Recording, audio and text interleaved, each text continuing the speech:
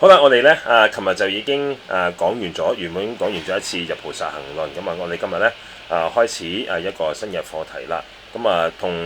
同呢一個道次第有關嘅，咁我哋就揀選咗一啲講論嘅內容，同大家去到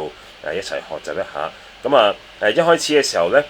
南無咕嚕文殊覺哈耶呢個梵語譯翻做漢譯嘅話咧，就係呢一個敬禮尊重妙音。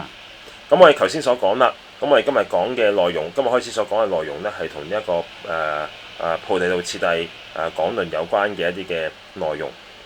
咁呢一個菩提道次第嘅菩提其實係指咩咧？菩提道次第嘅菩提係指大菩提。咁如果用翻我哋漢譯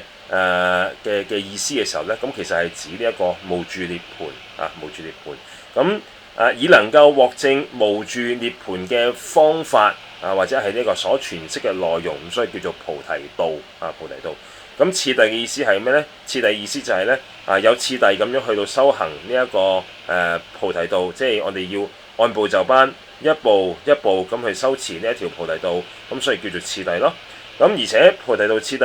係針對唔同嘅根器眾生而講嘅，咁所以只要我哋願意修行嘅話咧，我哋係基本上所有有情都能夠可以順意咁進入呢一條菩提道。咁亦都以呢一個次第嘅呢一個方式去到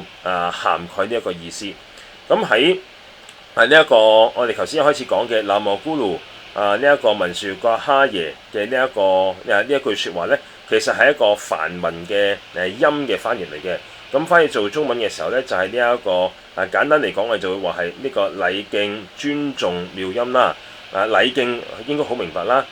尊重嘅意思就係咩咧？呢個咕嚕尊重嘅意思就係咩咧？上師咁解，上師咁然之後咧妙音就係呢一個文殊師利菩薩其實就係。咁點解呢一個寫菩提道次第嘅宗喀巴大師一開始要以梵文嘅方式去到禮讚文殊師利菩薩咧？原因就係咩咧？因為藏傳嘅佛教大多數嘅經論咧，都係從呢一個梵文嚟到翻譯過嚟嘅。只係好少數，譬如解釋密經呢啲咧，係從漢文去到翻譯翻做藏文嘅啫。咁就算係漢文翻譯翻去藏文都好啦。咁呢個漢文嘅經典其實都係嚟自於印度噶嘛。所以咧當我哋去思維整個佛法嘅傳承嘅時候咧，我哋就要知道佛教嘅傳承都係嚟自於印度。為咗能夠呢個感恩啦，係嘛或者呢一個我哋要思維翻我哋成個傳承嘅來源啦。咁所以咧喺西藏嘅佛法裏邊咧，喺著作一啲嘅經論嘅時候咧，一開始就會引用梵文。咁因此咧宗喀巴大師都係一樣啦。喺去寫呢一個道次第嘅時候咧，一開始就以梵文嘅方式去到禮讚文殊師利菩薩。咁點解要禮讚或者叫禮敬文殊師利菩薩咧？咁文殊師利菩薩我哋都會叫做妙音或者係妙吉祥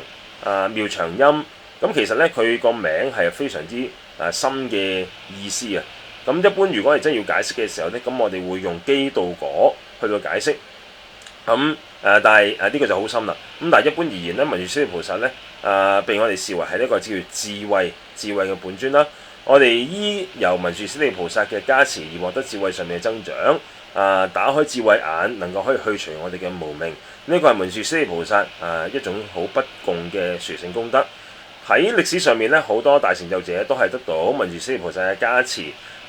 先至能夠將呢一個弘法嘅善業發揚光大，並且將整個教法興盛起嚟。以宗喀巴大師為例啦，係咪亦都係受到文殊師利菩薩嘅加持，先能夠可以無誤咁通達呢個顯密嘅教法。咁亦都因為咁樣嘅時候咧，宗喀巴大師喺呢一個佢所著作嘅道次第一開始嘅時候咧，就以呢一個禮讚咗文殊師利菩薩先，然之後咧再寫呢一個嘅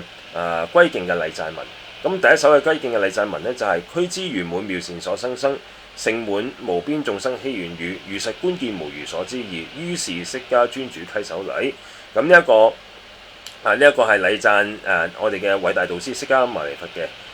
俱胝圓滿妙善所生生，係從成就佛嘅圓滿因去到禮讚佛嘅身。盛滿無邊眾生希願語，係從佛嘅圓滿果去到禮讚佛嘅語。第第三句如實觀見無餘所知義，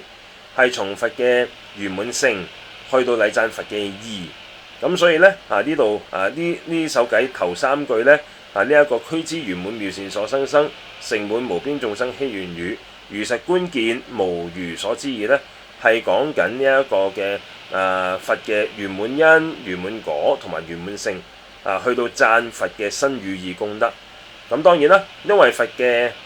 身語意三門無別，所以呢，當我哋念誦俱胝圓滿妙善所生生嘅時候，亦都係禮讚緊呢一個佢嘅語同埋佢嘅意。咁所以呢，亦都可以講成俱胝圓滿妙善所生語同埋俱胝圓滿妙善所生意。咁當呢一個禮讚呢一個佛嘅語成妙無邊眾生希願語嘅時候呢，咁亦都因為佛嘅身語意三門無別啊，咁所以亦都係可以構成成滿無邊眾生希願身、成滿無邊眾生希願語同埋成滿無邊眾生希願意。同樣地，如實觀見無餘所知義，亦都可以構成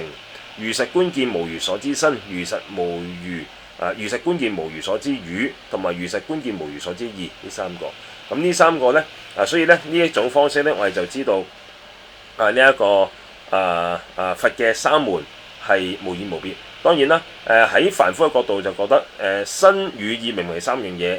點解會係同一樣嘢？譬如身體點説法啫，係嘛？咁但係如果我哋按照呢一個譬如呢一個《大八散蓋經》或者我哋漢傳嘅《楞嚴經》，我哋就知道啦，佛陀喺能夠可以從佢欲計裏邊去到發出呢一個佛或者發出一個妙音咁亦都因為以咁嘅方式能夠可以説法。咁暫時我哋可能就真係冇辦法去接受身體能夠説法嘅呢個概念。咁但係其實喺呢一個佛嘅三密無異嘅呢一種不可思議境界裏邊咧，其實係的確能夠可以做得到嘅。咁我哋仲可以如果我哋能夠可以了解到呢一個無上瑜伽所講嘅輪迴同埋涅槃，都係嚟自於我哋所講嘅俱生圓徹光明嘅話，咁我哋從呢一個角度去到學習嘅話，我哋就能夠可以如實咁知道或者了知佛陀嘅三門嘅功德，的確會感到非常之不可思議。亦都因為咁樣嘅時候呢，我哋先至能夠可以從一個無上瑜伽部裏面所講嘅俱生圓徹光明嘅解釋，去到令我哋徹底相信呢一個佛嘅身語意三門係無異無別，並且對呢一種方法去到呢種講法去到構成我哋嘅信心。咁按照當然啦，我哋按照如果就咁字面嚟講嘅時候，俱胝圓滿妙善所生生就係講佛嘅身嘅功德，去以咩去到構成呢？俱胝圓滿妙善所生啊嘛，咁所以係以呢一個好多嘅善業因緣圓滿先至能夠可以獲得嘅。由此我哋可以知道呢，佛陀嘅身呢個佛陀嘅身功德唔係無因而生嘅，亦都唔係常因而生嘅，亦都唔係異類因而生嘅呢個就否定咗無因生、常因生同埋異類因生嘅呢三個講法。就好似呢個寶鬘論所講啦，佛嘅32相80種隨形好，無論邊一種嘅相好莊嚴，都係有非常廣大嘅資糧先能夠成辦，係嘛？要有超勝聲聞或者獨覺嘅阿羅漢，好多倍有啲係講呢一個數千倍或者數萬倍嘅功德先至能夠成辦佛嘅一個相好莊嚴。所以呢，佛佢唔係首先佢唔係造物主啦。一開始嘅時候佢同我哋一樣都係凡夫嚟。只係佢後嚟經過三學，去到慢慢咁斷除一切嘅障礙，並且累積功德，最終呢一個消除障礙圓滿，斷除障礙圓滿呢一個佢嘅功德亦都圓滿所證嘅功德或者所獲得嘅功德亦都圓滿。咁最終先至成為我哋呢一個依止嘅偉大導師。咁如果我哋都同佛一樣努力精進嘅時候呢，其實我哋都可以獲得呢一種圓滿功德嘅喎，因為圓滿嘅功德係嚟自於乜嘢？因緣啊嘛。頭先我哋講咗所以只要具足呢一個因緣嘅話，一定會感果嘅。咁如果從呢一個方向我哋思維嘅時候呢，我哋就可以了解呢一個因果緣起嘅存在並且呢對呢一個因果緣起嘅呢一種嘅見解要有一個深入嘅一個認知啦，係咪？我要生起一個我要好好去到學習呢個緣起法。點解？因為連佛嘅身都係依據住緣起而有，係嘛？所以呢我哋必須要以呢一個方式去到去到學習啦，係嘛？咁所以咧我哋要有生起緣起嘅呢一種嘅諗法，或者我哋要生起呢個我要透徹了解緣起嘅呢一種嘅諗法。咁然之後成滿無邊眾生希願語咧，係以圓滿嘅果嘅呢一個方式去到禮讚佛嘅語功德啊嘛。頭先我哋講咗啦。咁佛因為佛係依據住説法先至能夠幫到有情眾生，係嘛？令到一切有情眾生都能夠可以依據住佢嘅講法，去到斷除惡啦，去到收集所有嘅善業啦，去到構成呢一個暫時性同埋呢一個究竟性嘅利益。暫時性就係一生一生我哋所講嘅增上生啦，究竟性嘅利益就係成就佛果菩提啦，係嘛？咁所以咧，無論係暫時嘅利益或者究竟嘅利益都好啦，都係依據住佛嘅説法而有嘅，係嘛？咁所以咧，佛所講嘅法佛所講嘅法最主要係咩咧？我哋叫做呢個緣起同埋無害行，以呢兩個方法去代表住。第一個就係緣起見，第二個叫無害行。咁呢兩個就係佛陀所説法嘅最主要嘅內容。咁佛陀廣大無邊嘅事業源自於邊度呢？點解佛陀能夠真正圓滿一切利他嘅功德呢？最主要係因為佛陀佢能夠了解並且具有知道一切智慧嘅呢一個嘅德相。咁所以我哋叫呢一句叫做咩咧？一切遍智，一切遍智，亦都係必須要如實咁樣以現量去到了解諸法嘅如所有性同盡所有性，去到生起完全通達無誤嘅一切遍智，先至能夠有呢一個咁殊勝嘅語功德，去到圓滿一切眾生嘅心願，即係呢一個暫時嘅利益同究竟嘅利益。所以就話咧，如實觀見無餘所知義。咁隨住我哋眾生嘅因緣啦，具有三種功德嘅，具有呢三種功德嘅導師啦，即係利益身功德、語功德、義功德，具有呢三種功德嘅偉大導師喺當時嘅印度出世。以賢劫千佛嚟講，就係第四尊佛啦。因為佢係出生喺釋迦族嘅緣故，所以叫做釋迦牟尼佛或者釋迦尊啦。而釋迦世尊嘅呢一個尊字係指佢最具有